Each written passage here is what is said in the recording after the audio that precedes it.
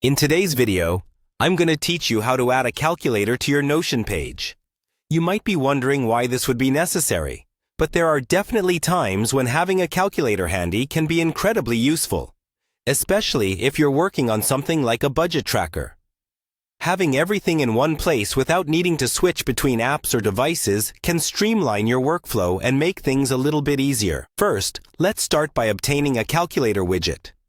There's a specific URL you'll need to visit to get the calculator widget. I recommend pausing the video at this point or clicking on the link provided in the description below, so you can carefully copy it. Once you have the URL ready, you're all set to hop over to your Notion page. Now, on your Notion page, you'll want to paste the URL of the calculator widget.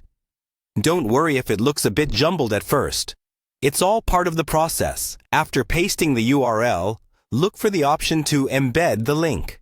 When you click Embed, Notion will begin integrating your calculator widget into the page. The next step is quite straightforward: refreshing the page. Yes, simply refresh your Notion page to see the newly embedded widget smoothly appearing where you want it.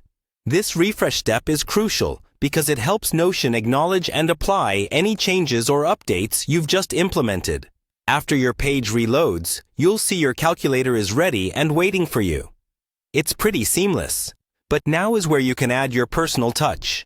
You have the option to resize the widget, making it fit your layout or personal design preference.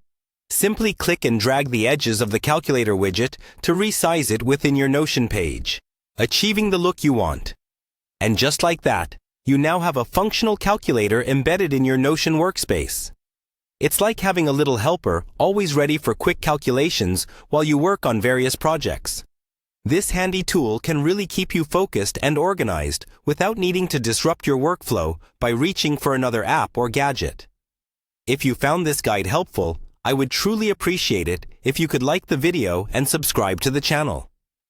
There's plenty more where this came from, including various other tips and tutorials designed to make using Notion and other digital tools a breeze.